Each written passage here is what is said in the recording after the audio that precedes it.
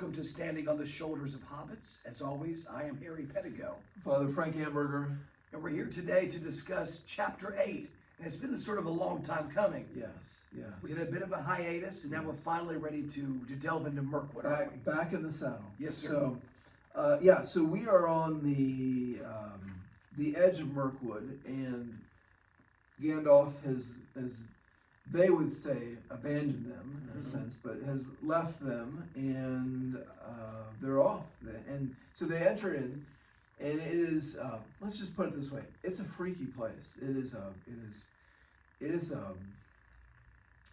especially at night, it is as Bjorn said, it's a dark and kind of sinister, dark, dangerous, and difficult. That's right. You know, so he wasn't pulling any punches on that. I mean, he was just describing it for what it is. And they end up, so this was not their original plan, which I don't know if I've already mentioned this, but it took me forever to be like, oh, I think they originally were intending, if you have a map with your hobbits, which I think they were originally intending the Old Forest Road, which, you know, from looking at it, you'd be like, oh, well, it seems, you know, pretty, you know, well-traveled, kind of, you know, be a lot simpler. But Bjorn said, no, that is not going to be good. I think we might have talked about this in the last one. That's not going to be a good, good option. Used a lot by, I think it was the goblins. It's not as safe.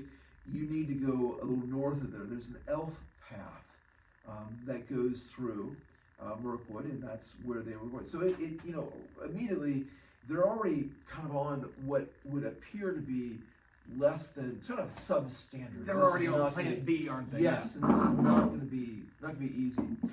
So they start entering, and they notice we're told that the path was narrow. Now I don't want to overplay this one, but sure, I can't help but think that Tolkien, at least in some sort of passing references.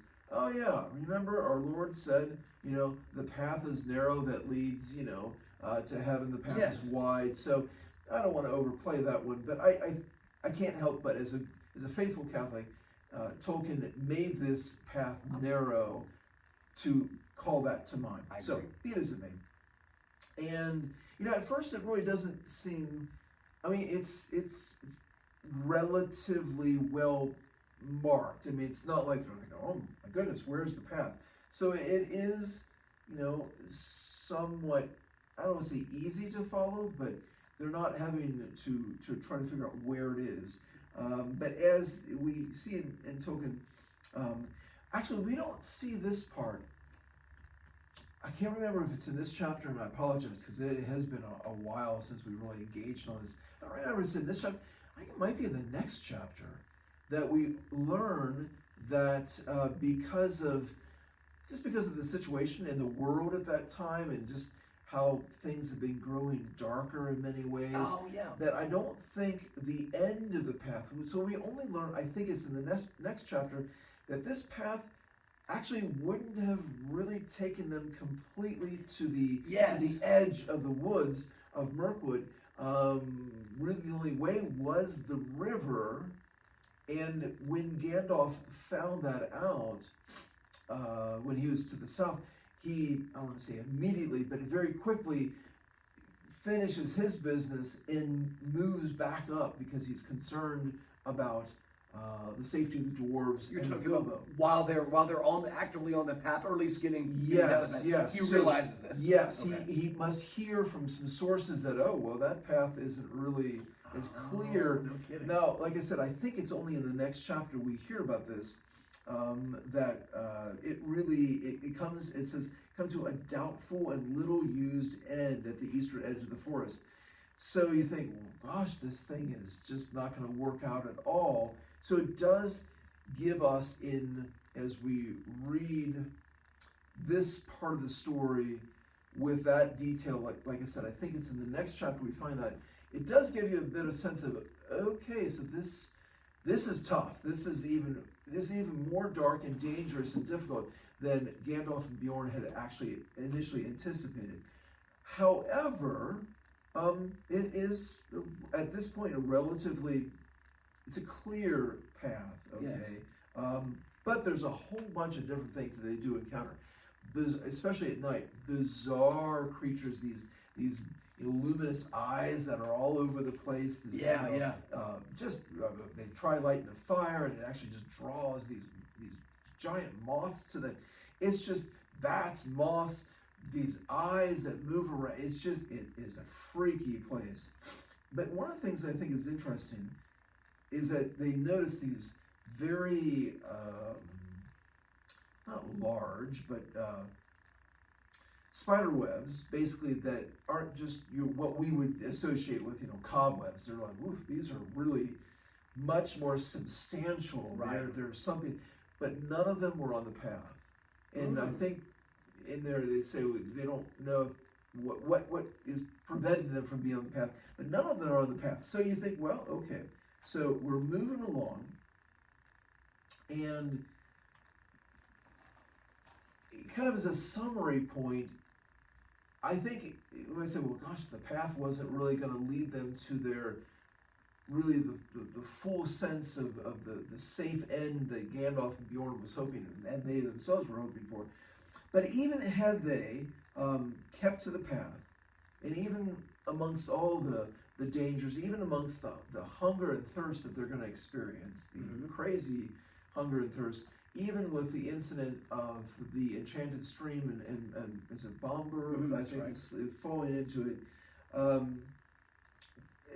If they had followed the path, they probably would have avoided being captured by the elves, certainly in the way, in the time that it happened. Right. Now, they were still going to be probably going to the end of the path, would have led them to the elves, or the part where it's guarded by the elves. Who knows what would have happened at that point? But I think they could have prevented, at least because the elvish king said, you were trying to attack my people while they were feasting. And they're like, no, we weren't. And so I think at least that would have been avoided, and maybe other things as well.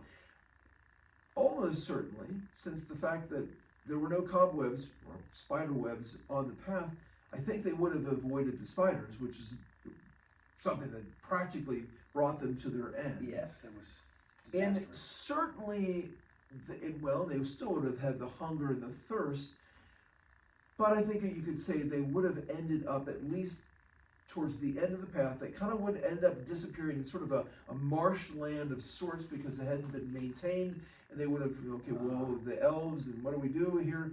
But they would have ended up maybe in better shape. First of all, they would have all ended up there, because at some point, Thorin gets captured, Right, everybody's and so then so they would have ended up in better shape in that sense. So there's I don't know if it's a medieval sort of saying, but there's a saying that if you keep the rule, sort of the rule in this case, the monastery, the Benedictine rule. But if you keep the rule will keep you. And I think we can apply it to our own, like, okay, what's my rule of life? How do I, what time do I get up in the morning? What do I pray? When do I pray my rosary? When do I, et cetera, et cetera. Right. We kind of have a rule of life. When do I do my spiritual reading, et cetera, et cetera. And so if we keep the rule will keep us. Yes. A little bit, I thought of this when I was thinking, well, if you keep to the path, in a sense, the path will keep you. It will guard you in a sense. But they end up, they allow the despair of just what seems to be an endless forest, the hunger and thirst that they're experiencing, to sort of tempt them, to leave the path. So they understand very clearly they should not leave the path. Bjorn is right. Do not leave the path under any circumstances. And Gandalf is very clear. You've got to keep to the path. Can I ask you a question real Sure. quick? There's a scene in this chapter where they cross over the enchanted spring. Was that before or after they had left the path? Before. Before. Okay, I'm just curious. Yes. Yeah, there's a whole bunch kind of going, because that happens, and then all of a sudden there's the deer, Right. which, that'll be fun to get into. Yeah. So that was before. And so Yes. Bomber he falls in, right? Yes. And you mentioned to me in our discussions leading up to this, and I don't want to jump ahead, but superficially, Bomber falling, he's like the largest of these dwarves, and like having to lug him around is obviously a major inconvenience. And again, I don't want to jump forward. No, actually, that's segued right into it, because they decide when they decide to leave the path. I think in many ways, it is directly, indirectly related to Bomber. So, Well, I would love for you to talk, because I didn't come to that insight when I was reading. I was like, oh man, that would really be a bummer to have to lug this fella around. But he does wake up with these dreams, and you pointed this out to me, which I think you should so definitely he speak to that. falls into the stream, and he's asleep, fast asleep, and so they're expending even more calories. All just sorts of so energy. it's like, man, what a pain in the rear. Right. Eventually, he wakes up. It's, I don't know, days later or something Right. like that, and they've had. I almost want to say that the danger of the enchanted stream, as they will experience it, is almost more in the temptation he inadvertently offers them by saying, man, I just want to go back to sleep because I was dreaming about all this food that we were eating, these banquets. And these guys are starving, essentially. Oh my goodness. And so that to me is, so it's like the danger doesn't really present itself. It's a pain in the rear to be carried, lugging this big dwarf all around. But really the danger presents itself in a more subtle way when they are really weakened. And so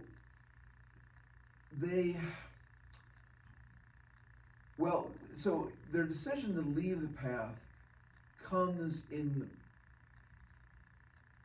large part because they've sent Bilbo on sort of a bit of a reconnaissance mission. Yes, that's right. To go up to one of these tall trees. Right.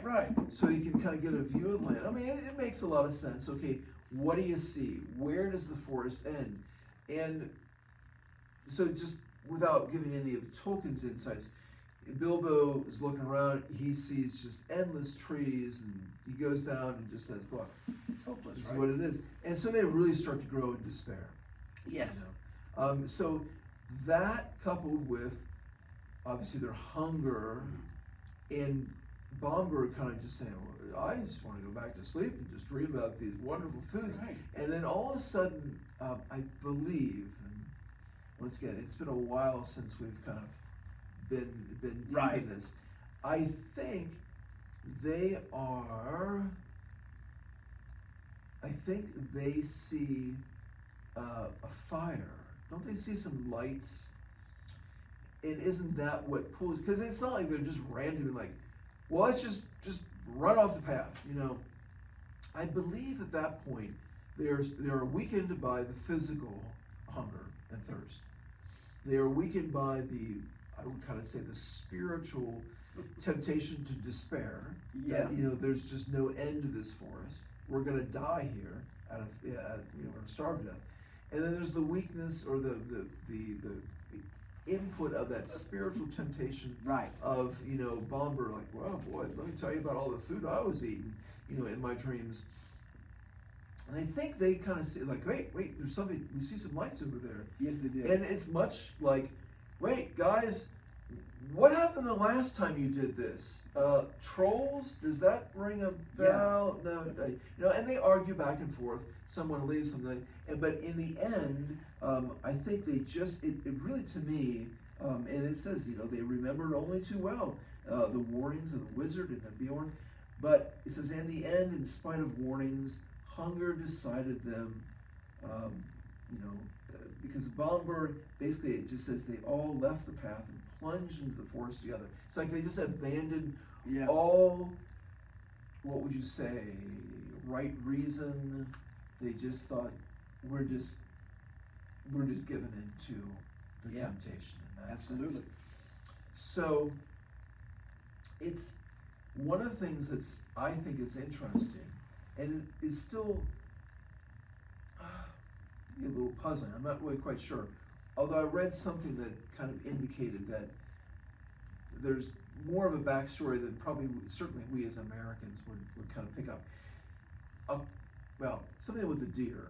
Yes. So when they're crossing that enchanted stream, when Bomber falls in, there is this heart, this very dark, almost like black heart that, and I think Thorin actually ends up shooting it, but they're not able to recover it or something like that. Oh yes, I remember this. And they hear off to the distance dogs baying and trumpets, kind of like a hunt or something. hunt, yes. Yeah.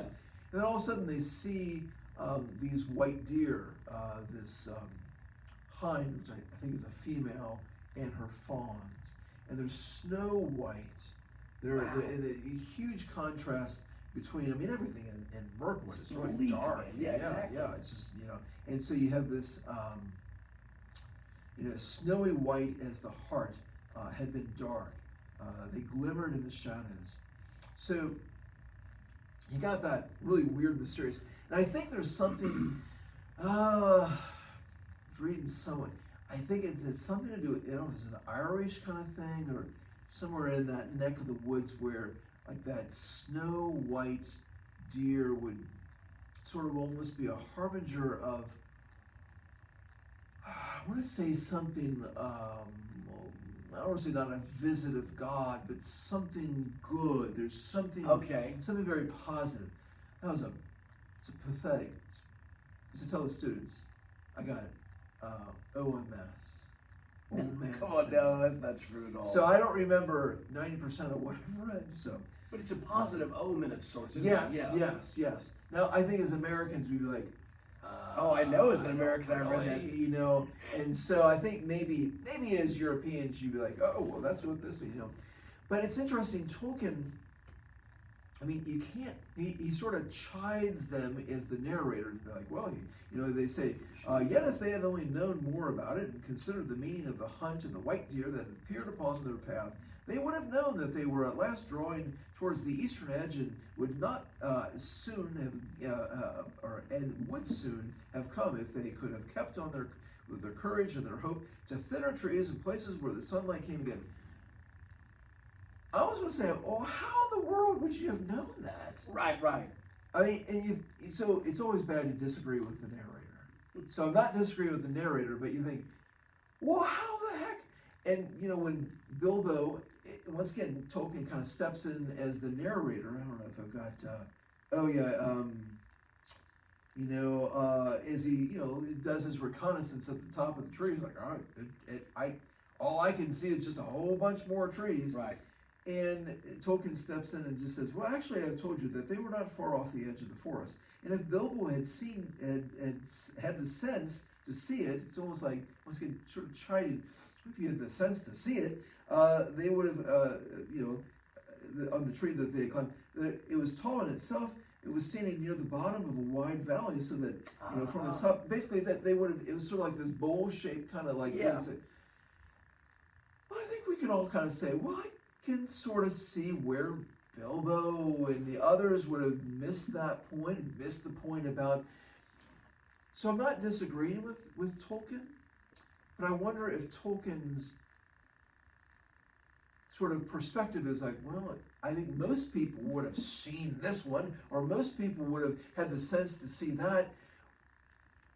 And I think, to me, his point, which I think is at least one of the really important points that I have taken away from this, is that sometimes we're kind of dumb. Yeah, I was thinking judgment. Your judgment is sort of obscured, isn't it, when you're in these situations? You're like, exactly. And I don't think Tolkien is so much chiding them, is pointing out that, maybe in a wholly different set of circumstances, a little less stress, a little more food, we would have been like, oh no, I think that's, yeah, exactly. But sometimes life can come at us pretty hard, and we miss good really point. is sort of obvious. Right, and to your point too, when you were talking of Bomber and kind of being like this, in a way, sort of a vehicle for temptation after the whole debacle with the enchanted spring, it's like that temptation kind of came out of out of left field in a way. Absolutely. And, you didn't really see it coming. You were kind of looking at things superficially, oh, well, I don't want to, gosh, it's an inconvenience to have to carry this dwarf around. But really, that wasn't the thing that was going to tempt you or be problematic for you in your journey. I don't know, awareness and being aware that temptation comes out of weird spots, and context and perspective can be influenced negatively depending upon your environment. Absolutely. Things that you can't plan for. Exactly. Yes, sir. You can't, sometimes I think we might through our pride think, oh, well, I'm better than that. I'm not going to be, I won't succumb to such, trivial temptations like that. And honestly, when we really look in the mirror, we're all weak. Yeah. We're all, we can all fall much quicker. Yeah. Or much more quickly than we would like to admit. Yes. To others and probably to ourselves. Absolutely. And so I think to your point, things can come out of left field. It's something relatively simple. They're dreams. They're dreams. Yeah. So you might say, oh, for heaven's sakes, just I don't know, shut up, just go. Right. But they so easily, so quickly succumb to them. Yeah, I agree. But one of the things I think is very beautiful is that keeping to the path, and like I said, it's almost as if Tolkien chides them for not seeing what would appear to be obvious, but really, even if, okay, that all being the case, had they stuck to the path, right, the path would have compensated for their shortcomings, their inability to be able to, see, oh, well, duh, we were in a valley, I guess this wasn't a good spot. Or, what, didn't you understand that white, Snow White, you see the signs, doe and her fawns, So, because I think we can go from either one extreme to the other, to a certain degree. It's not exactly, equal, but we can either say, oh, I'm tough. I'm not going to be, I won't, fall prey to these simple things, right? That maybe others would. So in pride, but I guess it's not quite on the other end of the spectrum or the other side of the coin, but maybe something somewhat similar. Is that it's pride again, where we think, oh well, I will be able to navigate this kind of on our own, and sometimes pride then takes us, or not, doesn't take us, I guess, but it tempts us off the path, because I can figure out, well, let's face it, none of us are that good. Mm-hmm. And as you pointed out, sometimes circumstances can come at you in a way that really dulls our ability to discern and adequately focus, but the path makes up for that. Yes. It's like in God's mercy, He just says, look, I know you're very little, mm-hmm. but sometimes you think you're a lot bigger than you are. Just stay to the path. Gandalf says, don't leave the path. Mm-hmm. It's as if God gives us the ability, we don't have to be match grade ammo, so to speak. Sure. We don't have to be, sometimes we can just be, the cheap stuff that that's all we got, Right. Well, okay, if that's what we got to work with. Wow. But if we stay on the path, He's going to keep us in the right trajectory. And to your point, and I want to make this a very quick side note, because your analogy of cheap grade ammo and what was the other one, the higher quality you mentioned? Match grade, or whatever. Well, it's funny because once these fellas are off the path, you're presented with that's happened, so you have to deal with it. Mm-hmm. And what's funny about this, I was just kind of perusing and reflecting on this chapter, is like Bilbo kind of at least to some degree, gets it together. In fact, I think that you're going to talk later about, how he's really transformed by what he goes through here. It's very funny if you guys at home, wanted to reread this briefly. Thorin, on the other hand, man, the guy's kind of a train wreck, and he's just, he's very, almost like having like a little bit of a tantrum, where he's like abrasive, and I know, he can't handle it, can he? He's not. It's interesting because, like you said, Bilbo can kind of sort of weather the storm better than Thorin. Of all people, what? Kind of going back, and we might, I don't know, we'll have to kind of see, we might make this a part two. Sure. But I think this is an important part to get into. These, like you said, Thorin, he's the leader. He's supposed to be the guy in charge. Yeah, right? Yeah. And all of these dwarves, I think, certainly Thorin and many of the other ones, if not all of them, these are battle tested. They've been through the Goblin Wars. Right. These are guys, they've seen a lot. They've seen a lot. Right. Bilbo hasn't seen anything. He's like, he's a greenhorn, isn't he? Yes. But I wonder if, in part, and honestly, this comes back to kind of our title, Stand on the Shoulders of Hobbits. Yeah. And maybe,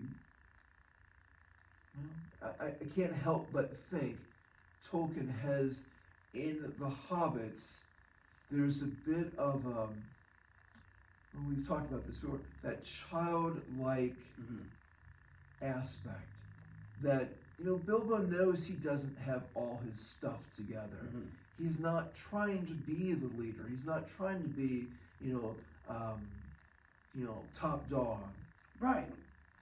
And it's interesting maybe because of that, in part, he's able to bounce back, and he's much more resilient. Yes, he is. It's like, not that Bilbo has achieved humility by any means, but you're right, in contrasting him with Thorin is really, it's not, the poison almost the poison of pride will continue to deepen in Thorin, or deepen its grasp on Thorin. Definitely, yes, sir.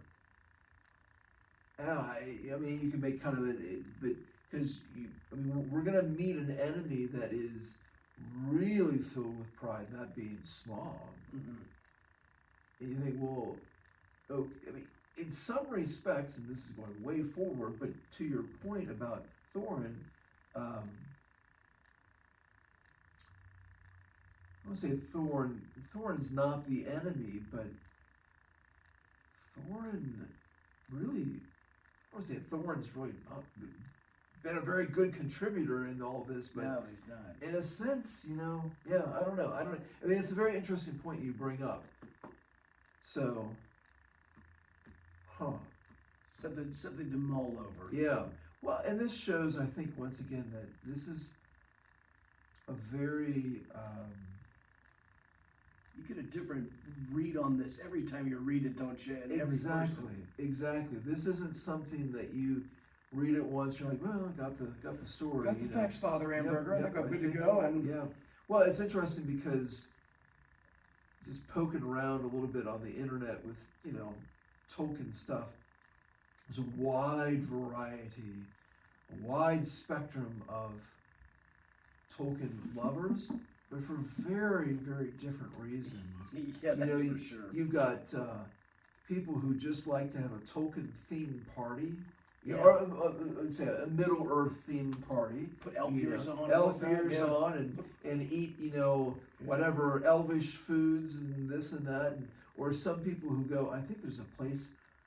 Well, didn't they film the films in New Zealand or something like that? Right, yeah. I think there's a place in New Zealand where you can actually go on vacation, a Hobbit vacation, and go. I don't know if it's the ones that they did or they constructed them. Like you can live in a Hobbit hole, Bilbo's, so you can have sort of a Hobbit themed vacation. My. There are Middle Earth reenactors that actually, have the whole costume, and they kind of show all their, what they carry and how they carry it and stuff like that. There's a wide swath Yeah. I think what we're doing and what we're proposing, like, there's a lot of really good spiritual, reflective kind of aspects to Tolkien's writings, and we haven't even gotten into his crown jewel, The Lord of the Rings. This is still sort of the I don't want to say the bike with training wheels on it, but this is really the initial in many ways. There's so much here. It's a richness. I don't think most people, I don't know if most people would just say, you guys are reading way too much into this, or they would just be like, oh, do you have any Elvish cookies? I don't know.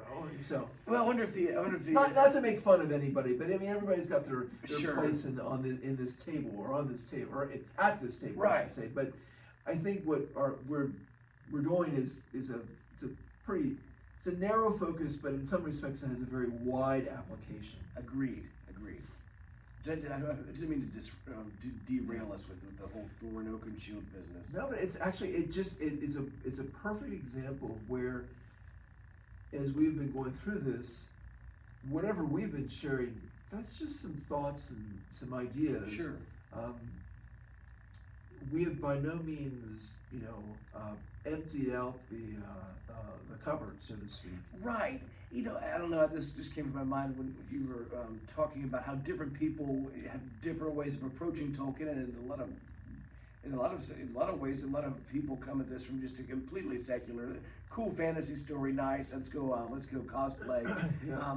It's funny. We were down at Mass today, and at the church. You just have all these beautiful representations of iconography. And oftentimes I like to look at them and reflect on them. And to your point, it seems to, in my mind, this is no knock on anybody, but it would be almost like if you and I were down at the church and we saw a beautiful representation of Christ, calming the sea, and somebody goes, "Golly, look at this!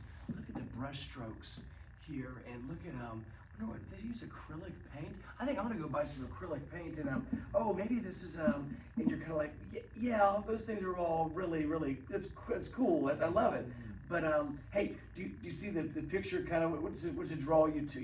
Right. Does that make it? I agree. Because I don't think Tolkien would be. I'm really going on a limb. I don't think he would be. He wouldn't be upset if people were having Middle Earth parties and Middle Earth reenacting. Sure. But I think you would say, well, that's good. Yeah, you're right. But there's even more to it than just that. I think, that and so take a step further. Yeah. So, well, I was, because there's a lot in here. You would do a two-parter? I think so. We got to do a two-parter. Yeah. Because we got everything to do with Bilbo's transformation, right? Just in a major way. So, well, this chapter is called Flies and Spiders, so we'll call this first one. This is part 1, Flies. Enjoy this next time for spiders. This is the dumbest question ever. What? Where are the flies in this? Did I miss? No, I caught the moths. There were moths at the beginning. Or were there flies? Do you think maybe our viewers are probably like, he's chuckling. They're like, wrap it up, buddy. Let's go here. I wonder if the flies that the spiders were catching, I wonder if that's a reference to the dwarves. I bet it is. That's pretty slick. So, well, like I said, I'm sure that our viewers are like, I don't know. What? Oh my goodness, you guys missed that, didn't you? So we'll want to regroup that next time for episode 2. Sounds good. That'd be excellent. Wonderful. Father, thank you for your insight and thank you for your time here. Thank you all. Thank you very much. God bless you all.